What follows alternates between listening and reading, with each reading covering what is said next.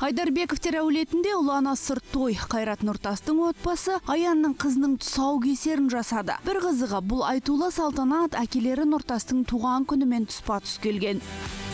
Тойдың болғаннан боладысы қызық. Нұрсұлтандағы қара шаңырағында той алды дайындықтармен бөліскен отанасы Гүлзира Айдарбекова келіндерінің қолын ыстық суға малып қойғанын көрсетті. Меймандарға жайылған дастарханның мәзірін түгел кәсіби аспаздар даярлап берген. Бас қаладағы мейрамханалардың бірінде өткен кенже немерелері Ақмөрдің тұсаукесер тойына Айдарбековтер әулеті тек ет жақындары мен өнердегі санаулы достарын ғана шақырған.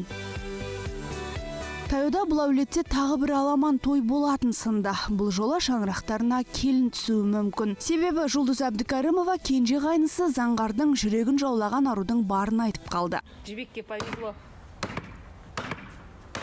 Жібека. Бағала. Той десе қубас домалайтынның кері. Гүлзира Айдарбекова немересінің алғашқы салтанатын барынша қызықты ұйымдастыруға тырысқан.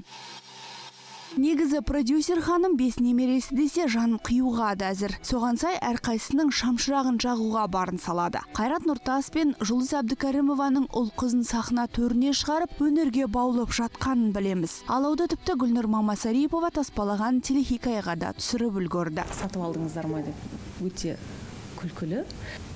Мен ол жақ қызыма қазірден бастап егер ондай нәрсенің бар екенін көрсететін болсам, ертең болашақта одан қандай үміт күтемін. Қайрат пен Жұлдызды ұл қызының жан-жақты заманауи тұлға болу үшін көп күш салады. Тек анасы сынды емес, күйен перзенттерін өнерден керісінше алысырақ болса дейді. Менің негізі балаларым негізі барынша оқу жағынан бергем. Бәрі өте үлкен мектепте оқиды, жақсы мектепте оқиды. Ал ән, фортепиано, домбыра, бұның бәрі жай хоббилер болып қалады.